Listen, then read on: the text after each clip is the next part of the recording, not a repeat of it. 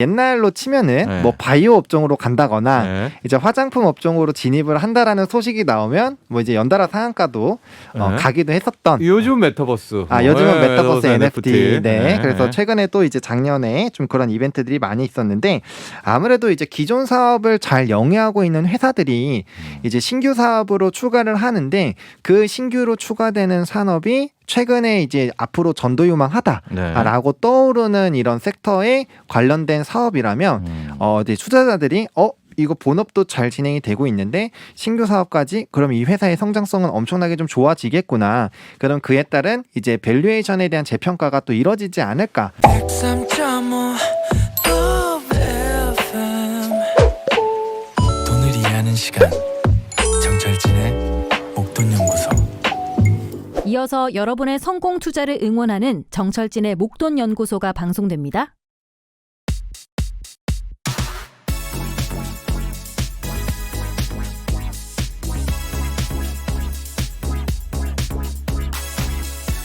인간 사회와 주식 세계의 법칙은 정반대일 수 있다. 이 오성조 서울대 교수의 책 차트의 유혹에서 나온 말입니다.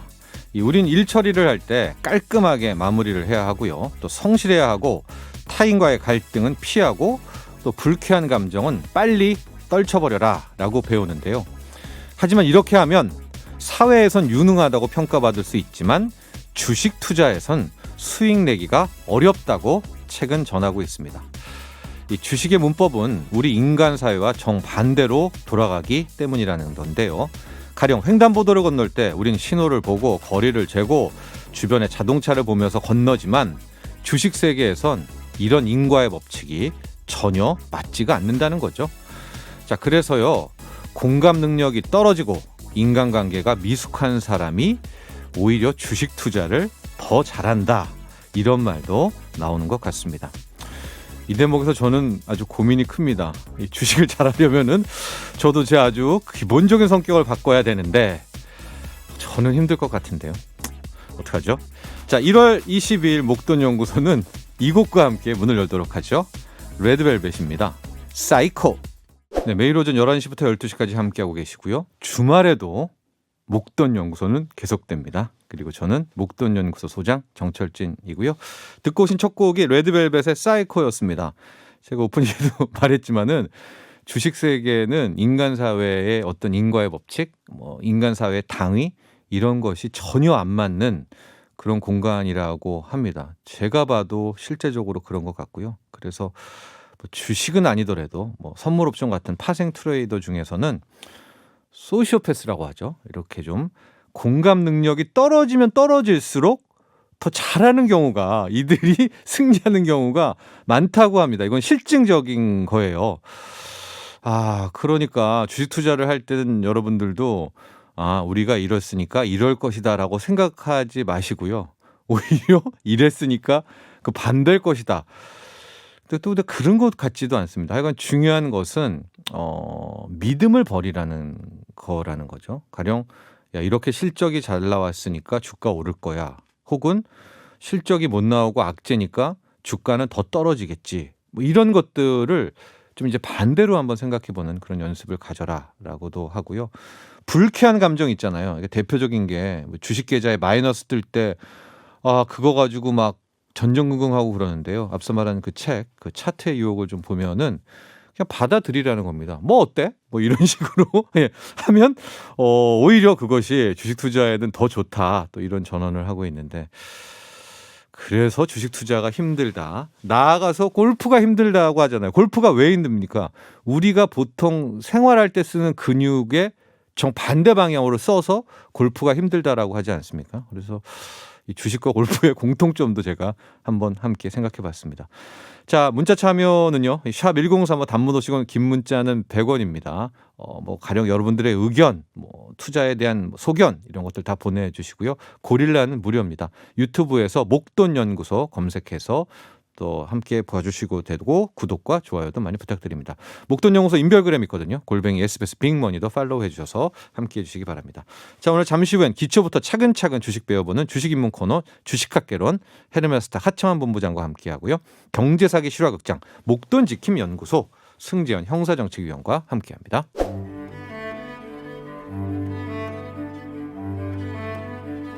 뭐든 시작이 중요하고 기초가 탄탄해야겠죠.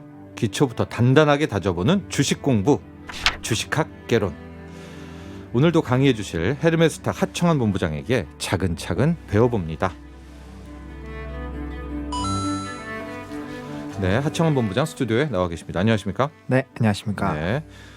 저희가 이제 제가 매일 하청환 본부장의 개인사를 이제 물어보지 않습니까? 네. 네, 그래서 거기에 대해서도 많은 반응들이 있어요. 7269번님, 본부장님 저도 연애하고 싶은데 같이 시작하시죠라고 얘기했습니다. 네.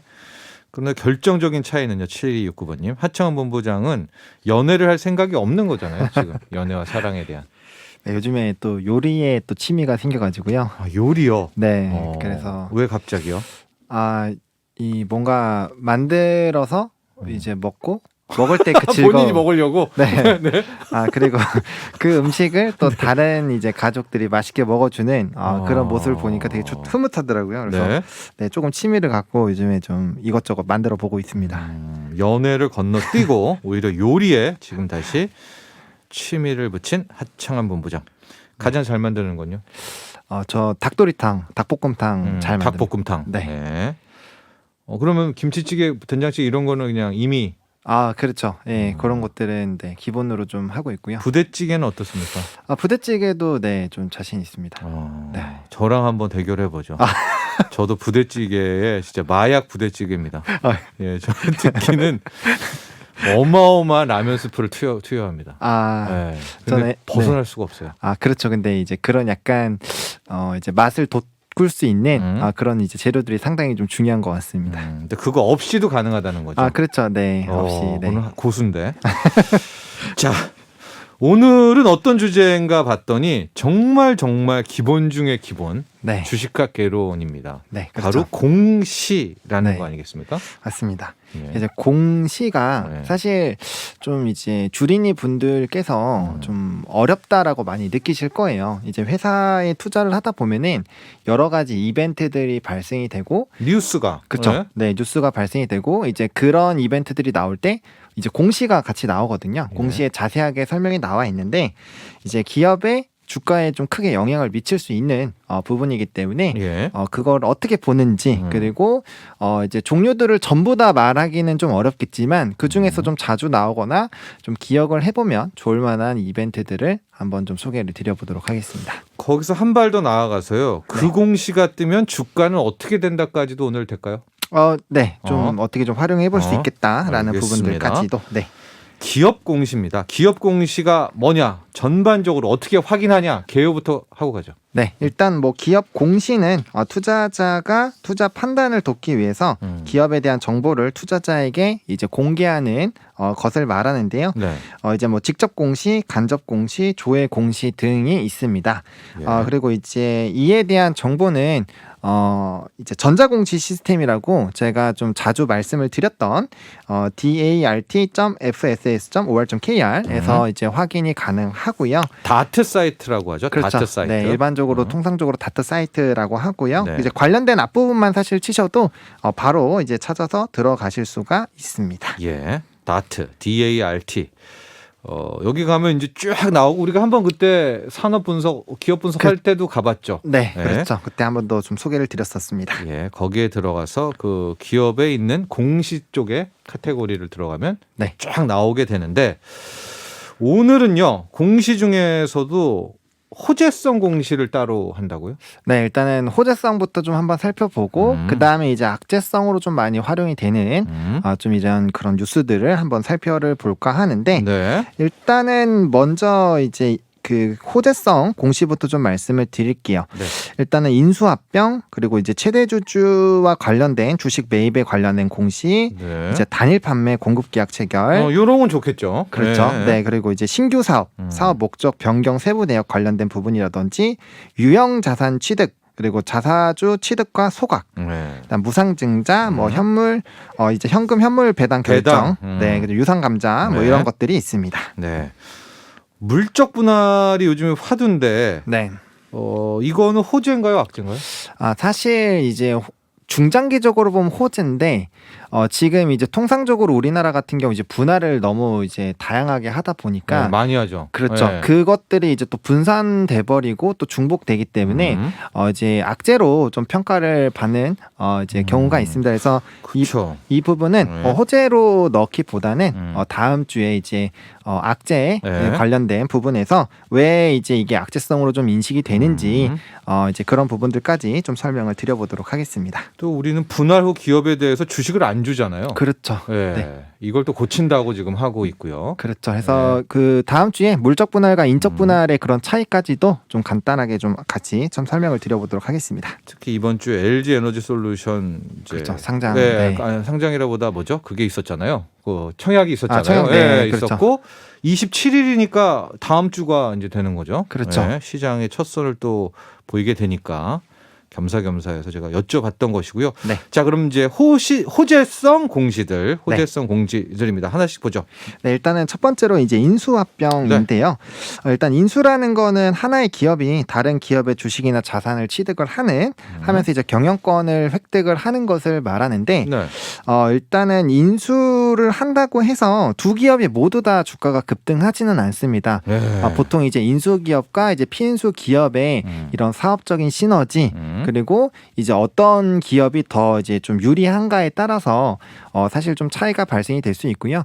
예를 들면 좀 작은 기업인데 실적이 굉장히 좋고 뭐 전도 유망한 기업인데 그 부분을 이제 인수를 하게 되면은 오히려 피인수 기업보다는 인수 기업이 좀 수혜를 받을 수 있는 네. 경우도 나타납니다. 그래서 일단은 인수가 진행이 된다라고 했을 때 물론 그게 이제 굉장히 시장에서 좀 주목을 받는 섹터다라고 하면은 둘 다 이제 좀 주가에 긍정적인 흐름들이 나타나겠지만 만약에 그렇지 않다라고 했을 때는 인수를 하게 됐을 때 어떤 쪽이 조금 더 유리한지에 대해서도 한번 좀 고민을 해보실 필요가 있겠다라고 보시면 좋을 것 같고요. 그러면 인수합병 공시는 조금 엇갈리네요.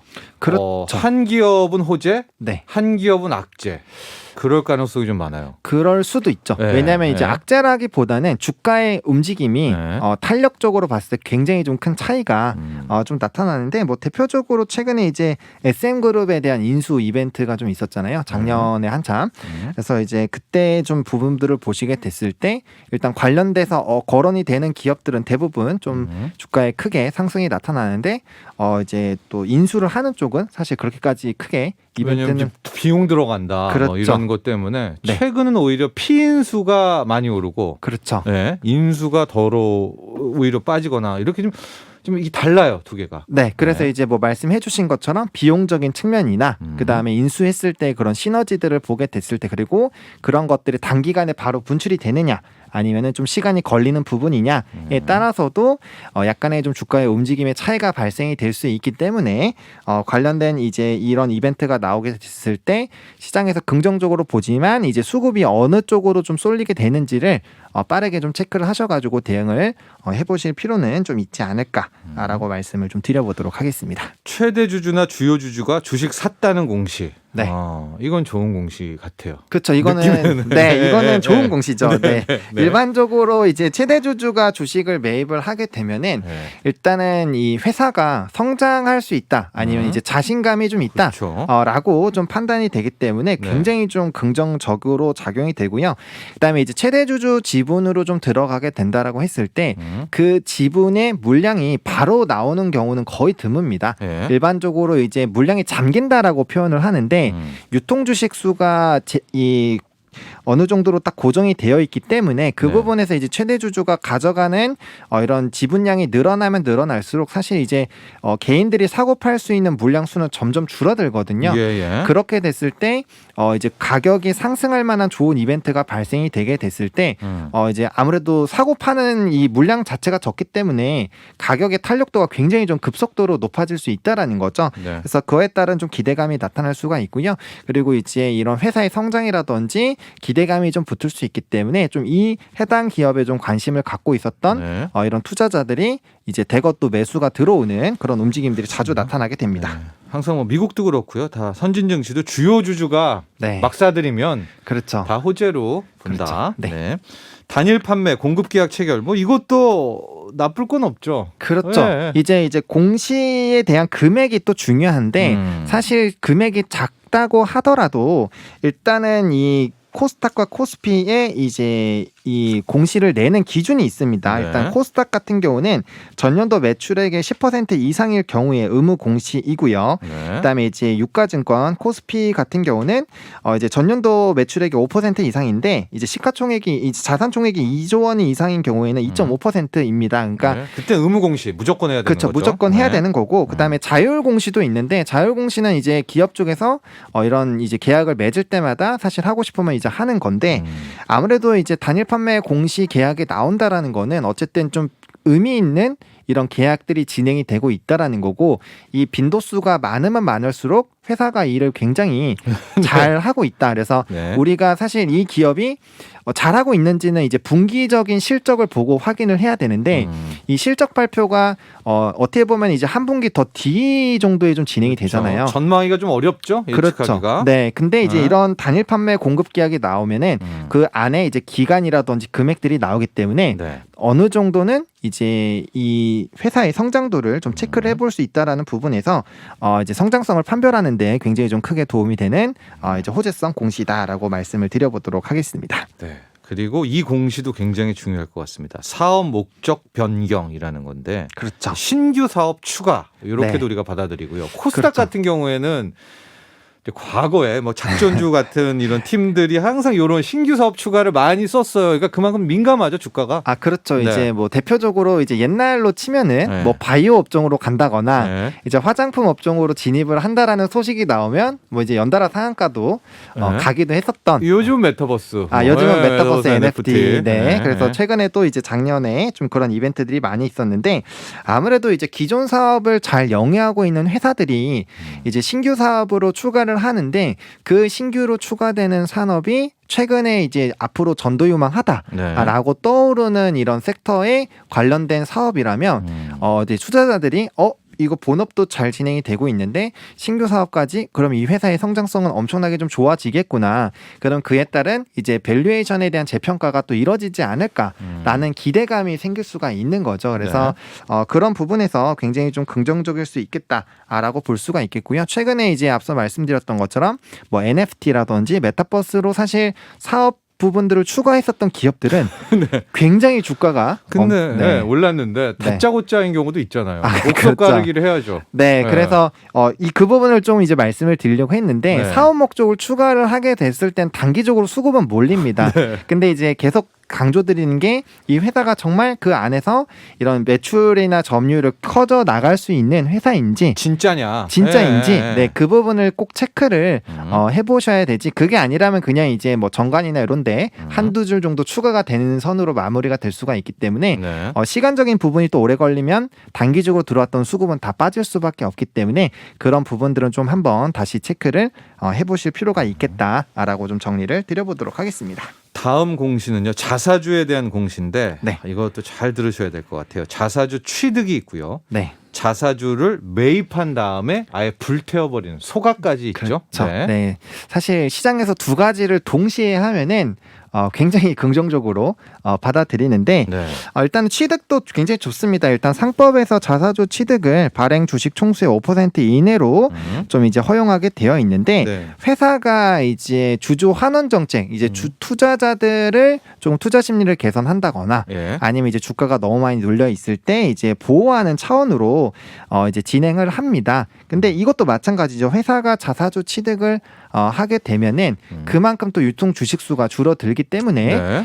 긍정적으로 볼 수 있고요. 그리고 회사의 성장성을 좀 볼 수 있다라는 부분들 그리고 이제 회사의 이런 이제 자사주를 매입을 하려면 결국엔 잉여금이나 이런 실적들이 잘 나와야지만 나왔다는 전제죠. 그렇죠. 네. 잘 나와야지만 진행을 할 수가 있기 때문에 그 부분에서도 이제 긍정적으로 볼 수가 있는 것이죠. 그리고 그래서 이제 나중에 자사주 이제 매도가 나오게 됐을 때 좀 상당 부분 이벤트가 되는데 그건 뭐 이제 다음 주에 말씀을 드릴 거고요. 그다음에 이제 소각을 하는 건데 그 자사주로 취득한 양만큼을 말 그대로 이제 태워버리는 거죠. 네. 이제 제거를 하게 되면은 아예 없어지는 거죠. 그렇죠. 아예 네. 없어지기 때문에 주식수 자체가 줄어들게 되고요. 그렇게 됐을 때는 시가총액 자체가 주식수 곱하기 주식 가격이기 때문에 네. 주식 수가 줄어들게 되면 자연스럽게 주식의 가격 가치가 높아지게 됩니다. 그렇기 네. 때문에 이제 굉장히 좀 좋아지게 되고 뭐 음. 지분율이나 이런 권리들에 대한 차이가 발생이 되기 때문에 일반 투자자들도 상당 부분 수혜를 받을 수 있는